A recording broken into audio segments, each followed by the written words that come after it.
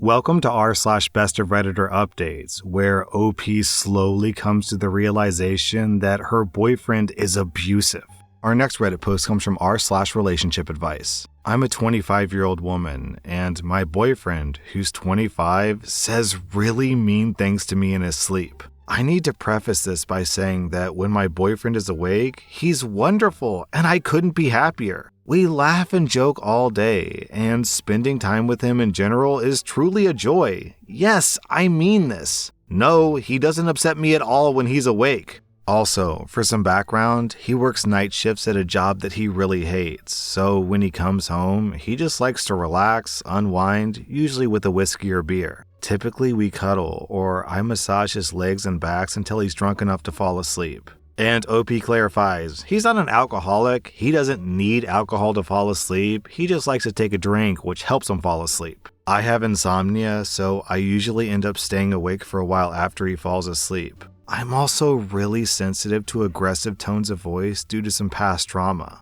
He only really talks in his sleep if I move in the bed too quickly. He usually snaps at me saying, "Quit effing moving," or "Can you please effing stop?" or "Oh my effing God." Just things in general that give off an indication that he's really annoyed with me. There's also been a couple of unprompted times when he stirred or rolled over and said things like, "I can do better than this," etc. Because of my sensitivity, I usually end up crying over these things. I try to make it a point not to bring up the things that he says or does in his sleep because, for one, I really don't think that he can control it. And two, when I brought up the things that he said, he always ends up feeling horribly guilty for the things he says and makes me feel guilty for saying anything. Last night, in his sleep, he ripped my blanket away from me and tucked it under himself and his own blanket. I was really cold in the room, so I tried to take it back, but he grabbed my hand and shoved it away.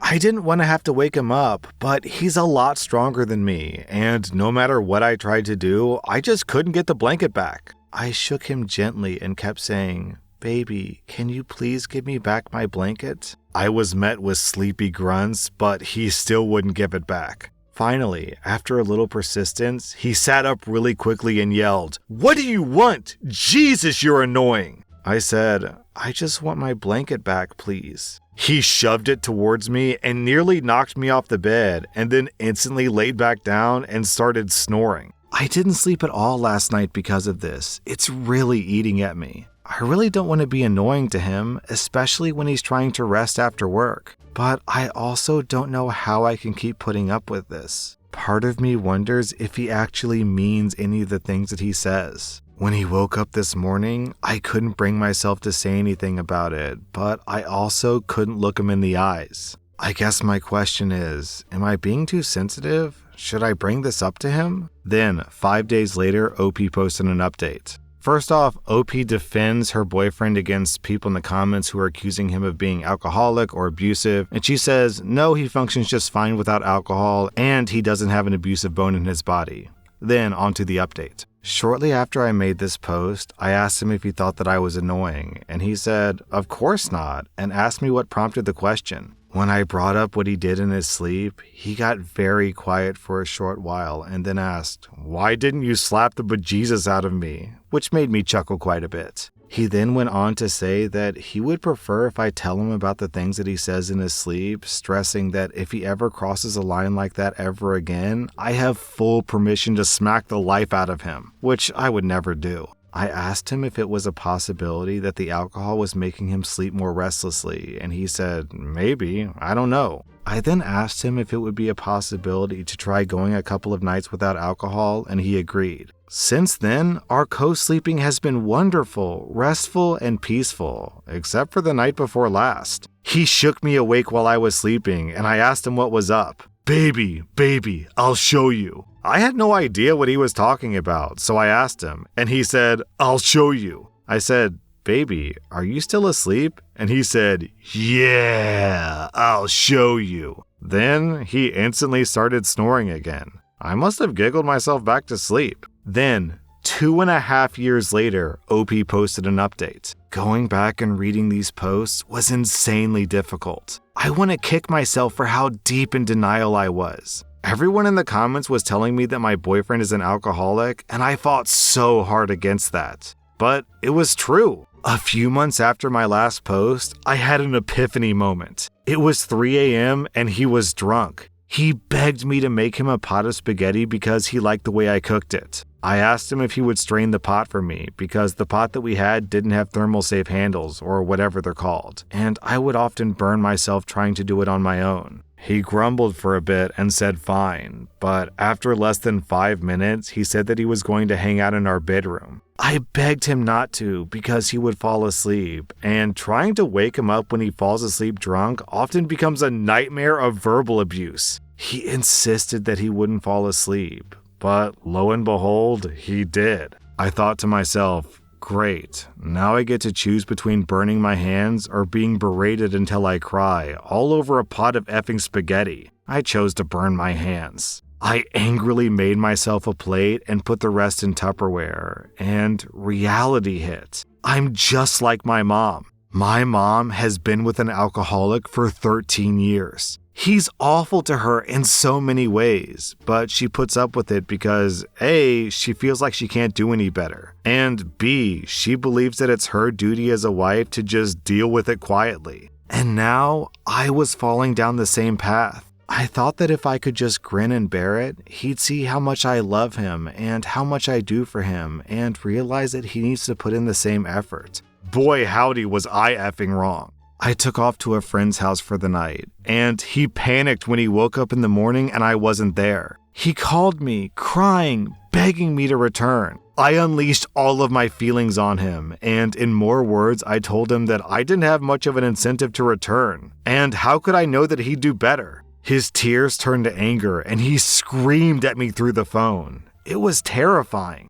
I ended up going back home to collect some things, and I told him I needed to separate from him because I didn't know how to help him anymore. And as deeply as I loved him, I couldn't stay and watch him kill himself any longer. I'll never forget the look he gave me. It was like I'd kicked him in the stomach. I stayed with my friend for a month or so, with little to no contact with my boyfriend. I ended up having to return to collect the rest of my stuff, and I noticed something strange. He had always been kind of a slob, leaving empty beer and liquor bottles on the floor beside his bed. But when I returned, by the side of the bed were only tea, soda, and water bottles. His face was less sunken, and he didn't smell like beer at all. When he went to the bathroom, I took a sneak peek in his garbage can just to be sure. It was full, but there were no signs of anything alcoholic. He caught me peeking and asked what I was doing. He then told me that he hadn't touched alcohol since the day I left.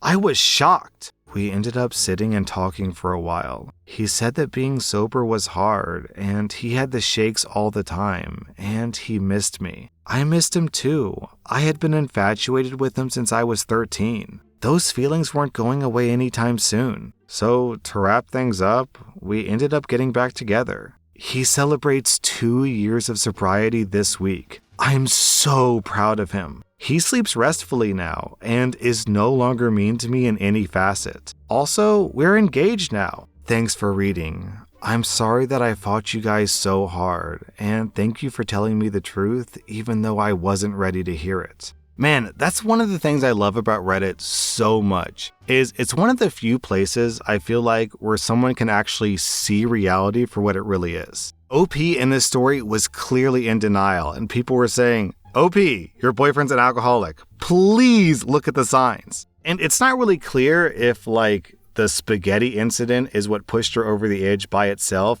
or if also all those people telling OP, please look at the signs, your boyfriend's an alcoholic, contributed and helped her reach that point. But still, I'm so happy when I see these stories where people are like, wow, Reddit, you're right. What was I thinking? It gives me hope that no situation is too bad to get out of. Also, OP, I gotta say, I'm really glad everything's working out, obviously. I hope your boyfriend continues to, resist the temptation of alcohol. But can you please buy, some oven mitts or, a tea towel or a dish towel or something? Why are you touching a scalding hot pot? Just wrap your hand in a towel, girl. I mean, I don't want to criticize you too much because you've obviously been through a lot of abuse with your boyfriend here, but come on, just buy oven mitts. If you don't have oven mitts, use fabric, a towel, something. Don't touch a scalding hot pot with your bare hands.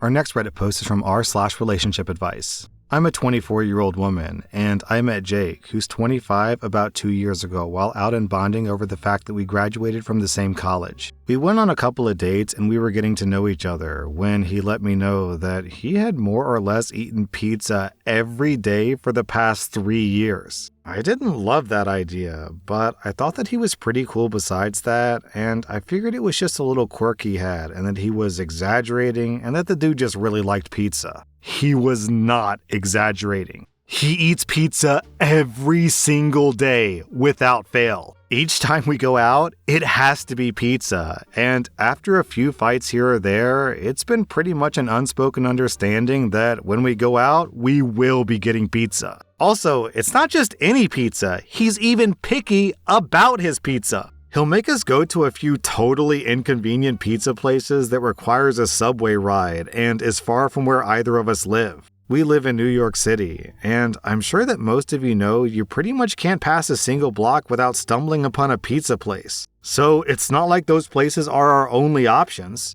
I can name all the foods that he eats on both my hands. They're all simple carbohydrates, but pizza is his absolute favorite. The others he'll settle for if pizza isn't immediately available. No vegetables, no fruit, no protein whatsoever. He absolutely refuses to even try them, despite never trying most of them before. I've tried to gently push his boundaries, but it always fails. And the one time that we went somewhere where I wanted to go, he pouted the entire time and ordered French fries. He's promised to be more open and that this pizza thing won't be forever, but that it's working for him now, whatever that means. He claims to be high functioning on the spectrum, which honestly, I'm not totally convinced of, but that's another story. And that's why he can only eat pizza. This made me more cautious of discussing my issues with his diet because I know how easily he can claim that I'm insensitive to his disability and that it's something he truly can't help, and he has. I do firmly believe that he has some sort of avoidant eating disorder. That is clearly not debatable. I've more or less dropped it because it always starts a fight, but the resentment is still there. I guess he thought that I got over it since I stopped bringing it up that much, and he informed me of his plan to stop eating pizza every day after 10,000 consecutive days of eating pizza. Hold up, calculator, we need the calculator. 10,000 divided by 365 is 27 years. That is 27 consecutive years. Buddy, you're not going to make it that long. If you eat pizza every day for 27 years, you'll be dead of a heart attack before then. He says he's going to document it on his Instagram story and show everybody his streak. He seems so proud of this idea and commitment, and I'm genuinely stunned. He thinks this is just some interesting, cute little tidbit about him, and people will support him because he's such an offbeat guy. I couldn't believe what I was hearing. Taking away the inconvenience of always having to eat where he wants to eat, not being able to cook for us, me being bored stupid over eating the same thing every day, it's also just simply not healthy. He claims that because he's outwardly fit, it's not a big deal, but I disagree. I was sort of putting up with this whole pizza thing at first, but after this announcement, I don't know if I can deal with this much longer. It's inconvenient, it's unhealthy, and in my opinion, it's selfish. Everybody he goes out to eat with has to cater to a single person's self-imposed dietary restrictions. He's going to Germany with his family for vacation, and he's already mapped out the available pizza places that he can eat at. But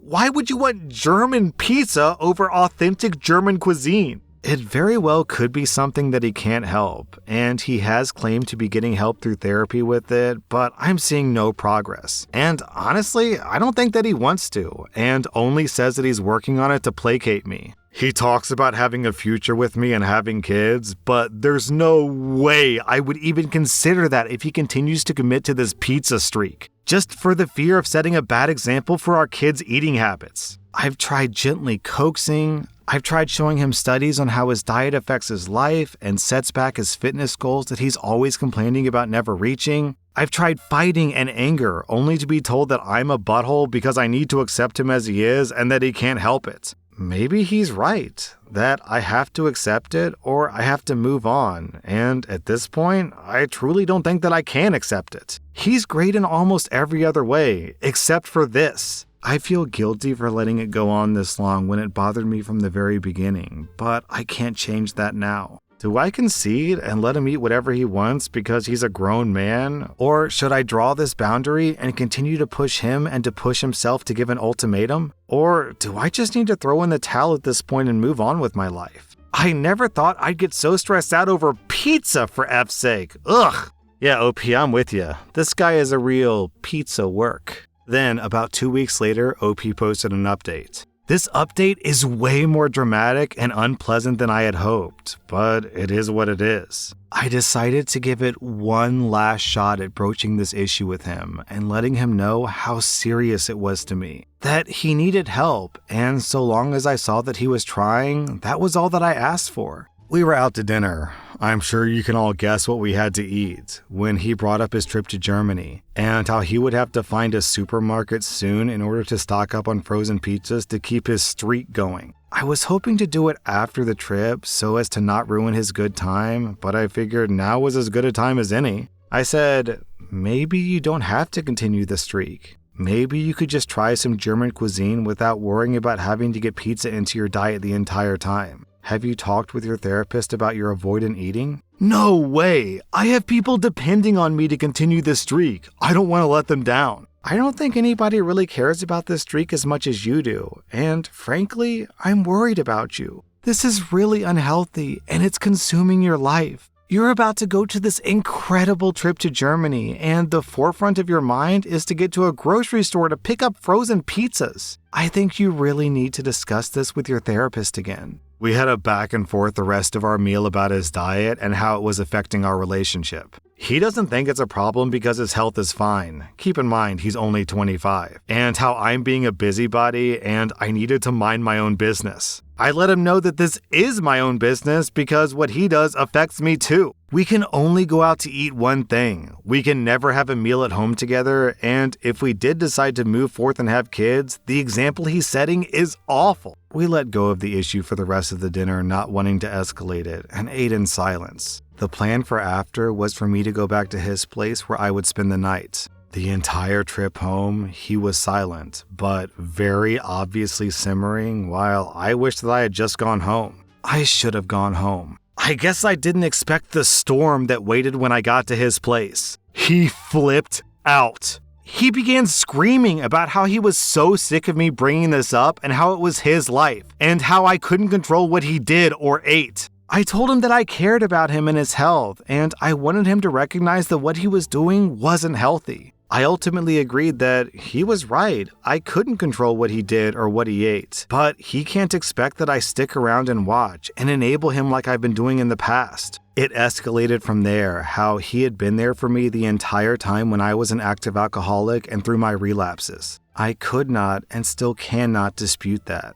He was. I guess the only difference between him and I is that I wanted to change. I acknowledged the issue and I knew that I couldn't go on like this any longer. I told him I was going to leave because I couldn't deal with this anymore. We kept fighting and he let me know that he would expose me. He has a blog and he told me that he would write one about what it was like to live with an alcoholic and use my name. He said that he would share the blog post on Facebook. I completely panicked and I cried and begged that he not use my most vulnerable moments against me. He told me that if I walked out, he absolutely would. That was all I needed to hear. He was going to blackmail me. I think this snapped me awake to realize this isn't love. If he's going to humiliate me on the internet to get back at me, that absolutely isn't love. So I left. I don't have many possessions there, but he can keep them for all I care. After I blocked him on everything, he emailed me a draft of the post, and the subject was last chance.